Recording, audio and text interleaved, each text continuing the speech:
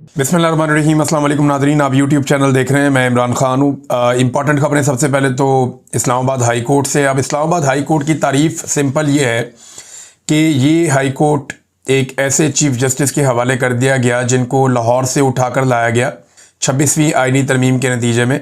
Justice Yahya Afridi इनको लाहौर से लेकर आए और 15वें नंबर से उठा के ला के यहाँ पे इस्लामाबाद हाई कोर्ट में चीफ जस्टिस बना दिया।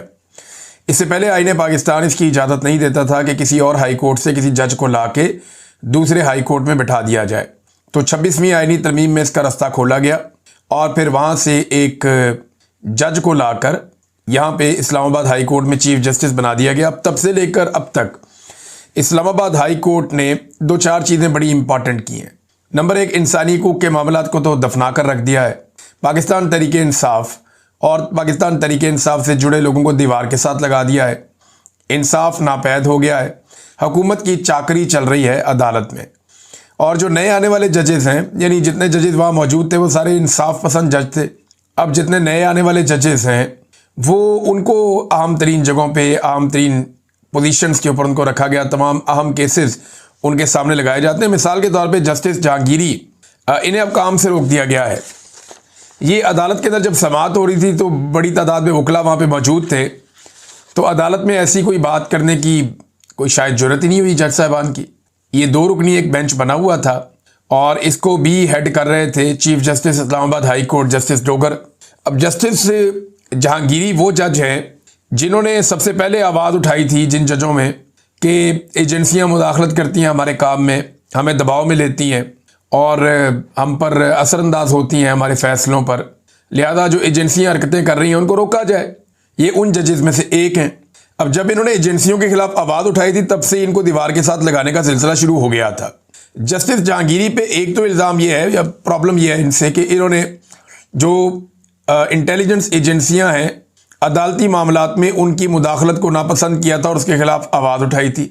दूसरा, ये वही जज साहब हैं जो ट्रिब्यूनल थे, यानी इस्लामाबाद के जो तीनों हलके हैं वो इनके पास गए और इन्होंने रिकॉर्ड मंगवा लिया कि असली फॉर्म 45 लेकर आओ ताकि दूध का दूध और पानी का पानी हो जाए। तो उसको यानी इस दौरान में बहुत सारी, अब एस्टेब्लिशमेंट का प्रॉब्लम ये है ना, उन्होंने पूरा इलेक्शन ही चोरी किया हुआ है। पाकिस्तान का पूरा इलेक्शन एस्टेब्लिशमेंट ने चोरी करके हारने वाले उम्मीदवारों को दे दिया और PMLN की हुकूमत बना दी।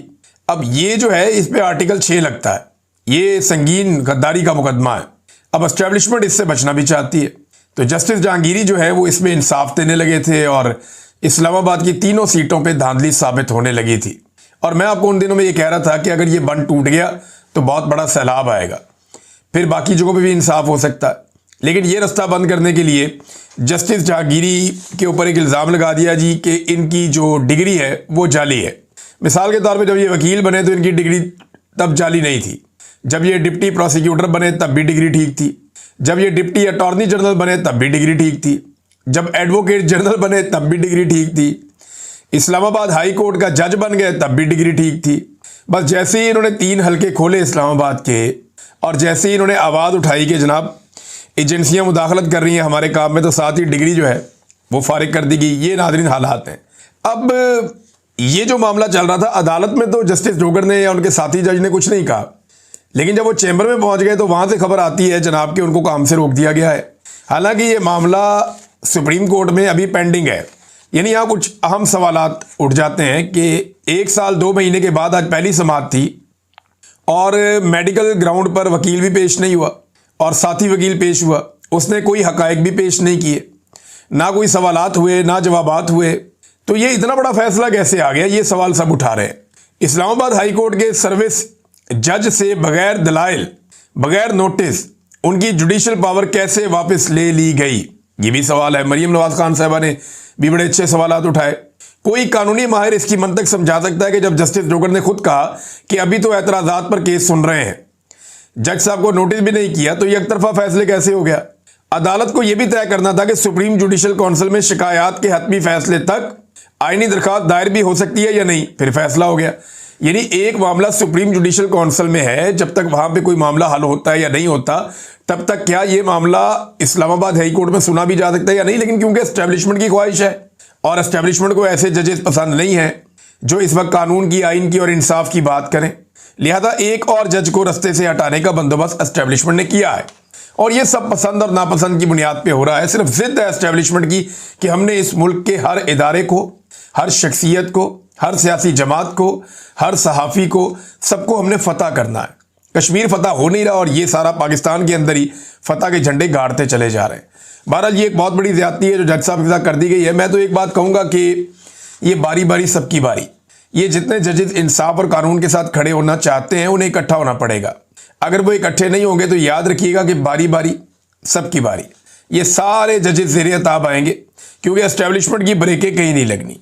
ईमान मज़ारी साहिबा का लाइसेंस मनसूख करवाने के लिए इस्लामाबाद बार कौंसिल में एक शिकायत दायर कर दी गई कि जनाब ये मुल्क की दुश्मन है, इसके ऊपर इंक्वायरी की जाए।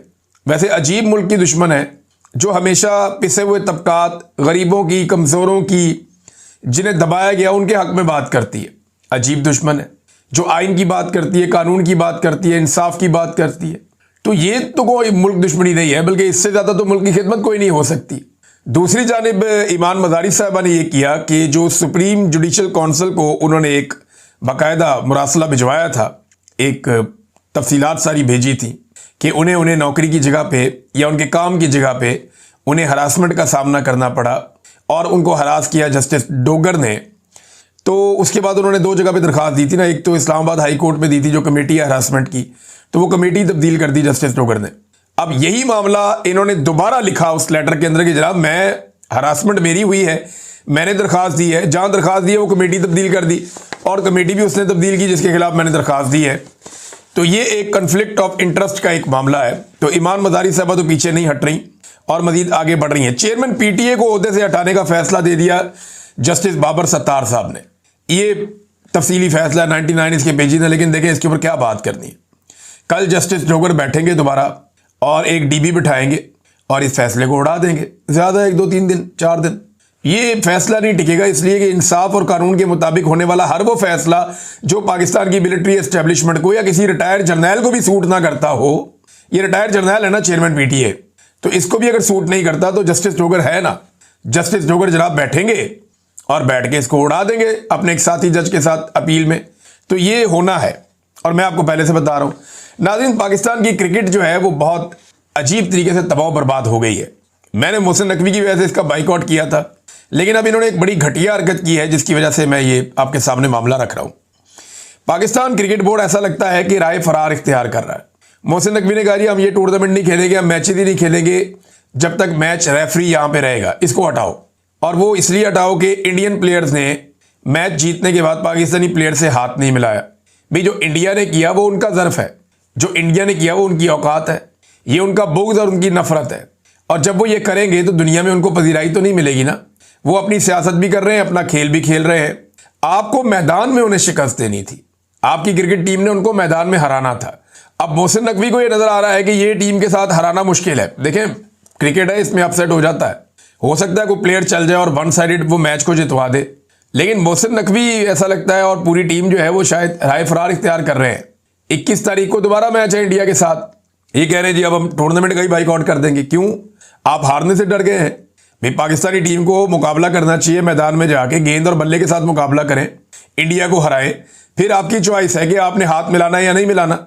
आप हाथ नहीं मिलाएंगे तो हिसाब बराबर कर देंगे, आप हाथ मिलाएंगे तो आप भारत को इखलाकी मैदान में एक बड़ी शिकस्त दे देंगे। ये पाकिस्तान के पास ऑप्शन है। अब बजाय इसके कि मैदान में बेहतर ऑप्शन अडॉप्ट करने के, बहादुरी से मुकाबला करने के, मोहसिन नकवी ने मैदान छोड़ने का फैसला किया और ऐसा लगता है कि दौड़ लगा दी कि जो हम नहीं खेलते। ये तो बचकाना हरकतें हैं ना, ये तो वो हरकतें जो पाकिस्तान की मिलिट्री एस्टेब्लिशमेंट करती है। ये सबको बांधो फिर मैं खेलूंगा, वरना मैं नहीं खेलूंगा। बंदूक मेरे हाथ में होनी चाहिए, दूसरे के हाथ में गुलेल भी नहीं होनी चाहिए, फिर मैं खेलूंगा। मैं जनाब हम बहुत सारी तादाद में होंगे और दूसरा आदमी निहत्था और अकेला होना चाहिए, फिर मैं उसको मारूंगा। यानी मुझे अकेले को उठाकर लेकर गए थे ये जेल से, फिर मुझे अकेले को इन्होंने बंद करके रखा। इतने सारे लोग थे वहां पे, तशद्दुद करने के लिए 1-1 दर्जन बंदे आ जाते हैं। तो ये आपको मैं सिंप्लीफाई करके बताऊं कि मोहसिन नकवी ने बुज़दिली का सबूत दिया। बहादुरी तो ये थी कि अपनी टीम को कहते कि मैदान में इंडिया को शिकस्त दो और फिर इस एटीट्यूड का बदला लो, लेकिन आसान रास्ता है ना, दौड़ जाओ। तो पाकिस्तान टीम को खिलाना चाहिए 21 तारीख को मैच इंडिया के खिलाफ, और फिर उसमें जो भी नतीजा हो सो हो।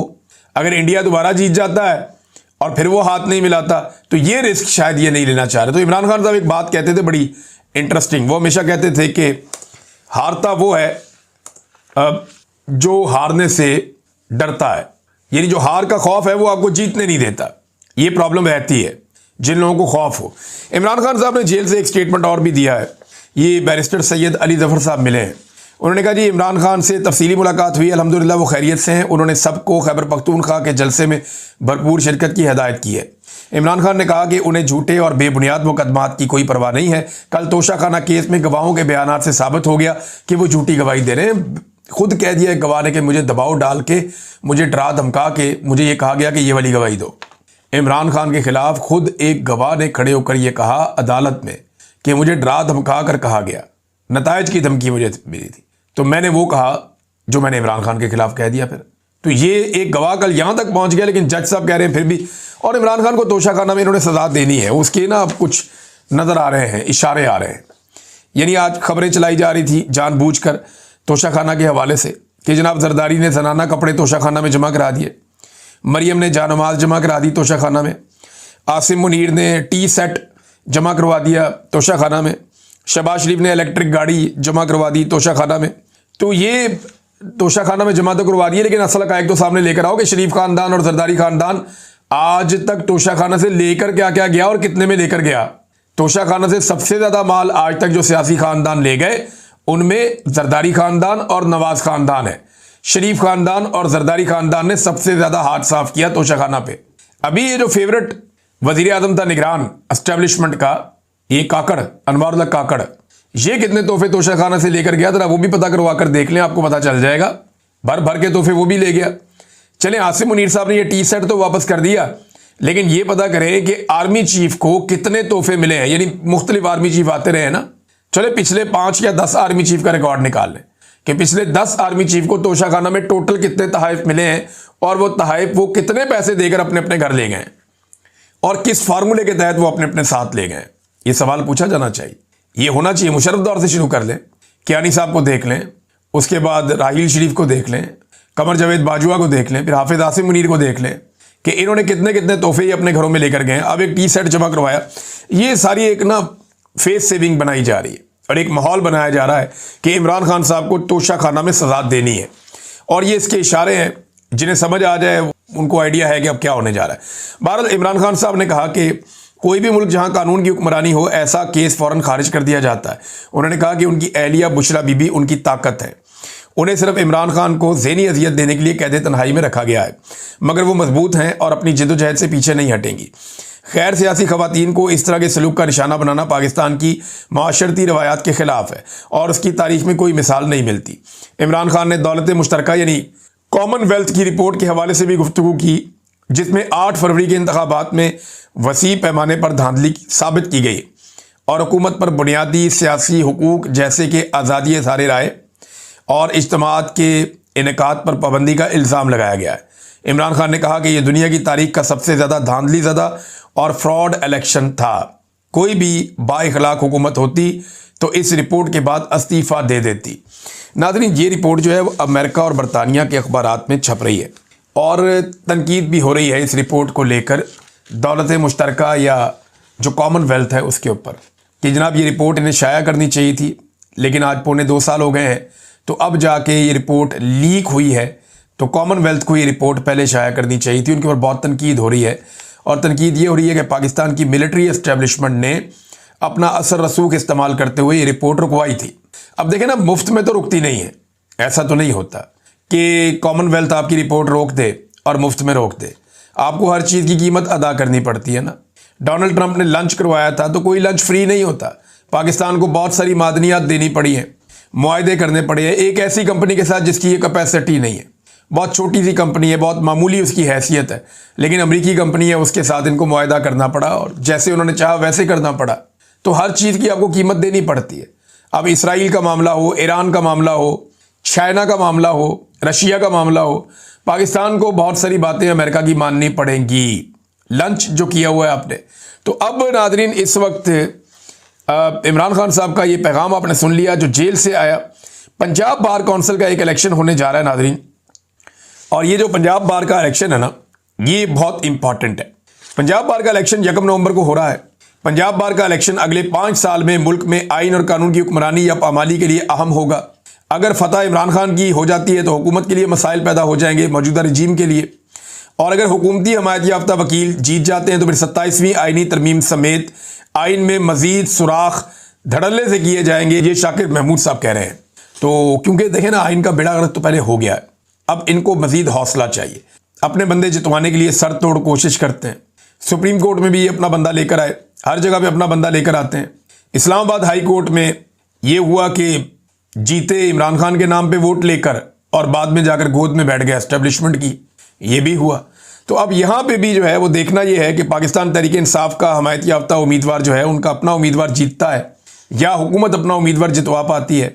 वकला की जो तादाद है वो नो डाउट वो पाकिस्तान तहरीक इंसाफ के साथ है, उनकी सपोर्ट इधर है। आज अवाम हो, वकील हो, फौज हो, कोई इदारा हो, हर जगह बैठे हुए ज़्यादातर लोग जो है 70-80% लोग वो इमरान खान के साथ खड़े हैं, और अवाम में सबसे बड़ी तादाद है जो इमरान खान के साथ खड़ी है। एस्टेब्लिशमेंट इस वक्त ये चाहती है कि दर्जा हरारत कुछ कम हो जाए, लेकिन इमरान खान साहब कोई स्पेस देने के मूड में दिखाई नहीं दे रहे। एस्टेब्लिशमेंट कहती है कि ज़रा थोड़ा दर्जा हरारत कम हो जाए, लोग ज़रा इकट्ठे हो जाएं, आपस में मिलकर बैठ जाएं ताकि कोई इस्तेहकाम आ जाए, क्योंकि जब तक सियासी इस्तेहकाम नहीं होगा तब तक मुल्क में मुआशी इस्तेहकाम नहीं आएगा। 3.5 साल इन्होंने टकरे मार के देख लिया, लेकिन ये पाकिस्तान में इस्तेहकाम नहीं ला सके। पाकिस्तान तहरीक इंसाफ में भी कई लोग कहते हैं थोड़ा बहुत इमरान खान साहब पीछे हट जाएं, लेकिन इमरान खान साहब बिल्कुल स्पेस देने को तैयार नहीं है। वो नहीं मान रहे ये बात कि वो आसिम मुनीर से शिकस्त खाएंगे, बड़ी उनकी स्ट्रेट पॉलिसी है। नाज़रीन, गंडापुर एक मरतबा फिर अडियाला के बाहर पहुंच गए। अब अडियाला के बाहर वो जाते हैं, शो करते हैं कि मैं इमरान खान को मिलने आया हूँ। ऐसे थोड़ी होती है मुलाकात। गंडापुर एक सूबे का वज़ीर आला है, वो अच्छी तरह जानते हैं कि मुलाकात करने के लिए उन्हें कौन सी चीज़ कहाँ से बंद करनी पड़ेगी। उन्हें पता है कि किस जगह पे वो रुकावट डालेंगे या किस जगह पे वो अपना पाँव ज़ोर से ज़मीन पे रखेंगे तो फिर उनकी मुलाकात इमरान खान साहब से जेल में करवा दी जाएगी। ये गंडापुर साहब बहुत अच्छी तरह जानते हैं। वो सिर्फ ऐसा लगता है कि पब्लिक में एक गिमिक के तौर पे वो जाते हैं वहाँ पे जेल में, और जेल के बाहर वो कल भी गए थे, आज भी गए हैं। वो सिर्फ इस तरह के भी मैं वहाँ गया हूँ, मुझे मिलने नहीं दे रहे, सिर्फ शो ऑफ करने के लिए। लेकिन मिलने का ये तरीका नहीं है। वो एक वज़ीर आला है, वो बहुत अच्छी तरह जानता है कि मिलने का तरीका क्या है। इसमें कुछ तरीके जो है वो माजी में जुनैद अकबर साहब भी बता चुके हैं कि कौन सी जगह कहाँ से अगर बंद की जाए तो कितनी दर्द होती है और मामला कहाँ तक पहुँचता है। तो वो वफाक के साथ ऐसा कुछ कर सकते हैं कि फौरी तौर पे वफाक मजबूर हो जाए गंडापुर की इमरान खान साहब से मुलाकात करवाने के लिए। मगर सवाल ये है कि क्या गंडापुर की नीयत भी है इमरान खान को मिलने की जेल में जाकर? बड़ा सवाल तो ये है। आज बड़े अरसे से जो पब्लिक में एक शिकायत थी, जो लोग बहुत ज़्यादा रोला डाल रहे थे, जो लोग बहुत ज़्यादा गिला कर रहे थे और गंडापुर साहब की बहुत बदनामी हो रही थी, उसको टैकल करने के लिए तो वो जेल के बाहर पहुंच गए। लेकिन क्या जेल के बाहर बैठने से उनकी इमरान खान से मुलाकात हो जाएगी? जो असल रास्ता है इमरान खान साहब से मुलाकात का, वो कहीं और उनको दबाव डालना पड़ेगा और कुछ अमली इक़दाम करने पड़ेंगे। और वो वज़ीर आला है, वो ज़्यादा बेहतर जानते हैं। मैं यहाँ पर कहूँगा तो लोग कहेंगे ये आइडियाज़ दे रहा है, ये इंस्टिगेट कर रहा है। गंडापुर खुद जानते हैं और इसके बारे में पहले बात हो भी चुकी है। नाज़रीन, ईरान ने मजम्मत नहीं की थी, मुरम्मत की थी जब इसराइल ने ईरान पे अटैक किया था। अरब ममालिक इकट्ठे हुए, इन्होंने बैठे, खाया पिया, मुज़ाकरात किए, पाकिस्तानी भी गए, सारे आ गए, और फिर बाद में एक बयानिया भी आ गया, एक स्टेटमेंट भी आ गया। लेकिन वो स्टेटमेंट यही है कि अब के मार, फिर मार के देखना, फिर हम बताएंगे। या आप ये समझ लें कि कोई बस बहुत कमज़ोर सही बयानिया था। अरब जो है ना वो बहुत समझदार है, वो कारोबार करते हैं, वो पैसा वैसा बना रहे हैं, उनके मुल्क बहुत तरक्की कर चुके हैं। वो ये जानते हैं कि उनके पास पैसा है और उनके पास दौलत है, इससे वो दुनिया को कंट्रोल करते हैं अपने आसपास। तो उन्हें लड़ने का शौक नहीं है। वो जानते हैं कि लड़ाई होगी तो बहुत नुकसान हो जाएगा, लिहाजा वो इसराइल के साथ किसी जंग में जाना नहीं चाहते। अब पाकिस्तान जैसा मुल्क या कोई इस तरह के और मुल्क हो तो वो ये एडवेंचर को एंजॉय कर सकते हैं कि ये लड़ाई हो जाए, हमारा इसमें फ़ायदा निकल आए। लेकिन अरब ममालिक मुझे नहीं लगता कि वो लड़ाई की तरफ जाएंगे। और अभी तो कुछ लोग ऐसे आइडियाज़ दे रहे हैं बहुत अजीब कि जी अरब ममालिक जो है ना पाकिस्तान की मईशत संभाल ले और पाकिस्तान उनका दिफा संभाल ले। भी ये अजीबोगरीबी बात कर दी है। पाकिस्तान उनका दिफा संभाल ले क्यों भाई? पाकिस्तान पहले अपना दिफा तो संभाल ले। अगर पाकिस्तान की ऐसी ज़बरदस्त दिफाई कुव्वत है तो हमें कश्मीर आज़ाद करवाना चाहिए ना। पहले अरबों की हिफाजत करने से पहले हमें कश्मीरियों की हिफाजत करनी चाहिए। और अरब वैसे भी आपको जितना मर्जी पैसा दे दें, आपकी जो एस्टेब्लिशमेंट है वो ये डकार जाएगी पैसा। इससे पहले पाकिस्तान को पैसा कम मिला है, पूरी दुनिया से हमने कर्जे लिए हुए हैं। दुनिया के बेशतर इदारों के और मुल्कों के हमने कर्जे देने तो वो जिन्होंने हमें इमदादें दी हुई हैं, कर्जे दिए हुए हैं, वो इतना पैसा पाकिस्तान में आया तो पाकिस्तान कहाँ गया? कहीं भी नहीं पहुंचा। पाकिस्तान को खुद आगे बढ़ना पड़ेगा। कोई हमारी मईशत नहीं संभालेगा, हमें खुद अपनी मईशत संभालनी पड़ेगी, खुद अपने पैरों पे खड़ा होना पड़ेगा, वरना बाहर से जितना भी पैसा आएगा आपकी एस्टेब्लिशमेंट डकार जाएगी, आपको पता भी नहीं चलेगा। अब तक के लिए इतना ही। अपना ख्याल रखिएगा, अपने इस चैनल का भी। अल्लाह हाफ़िज़।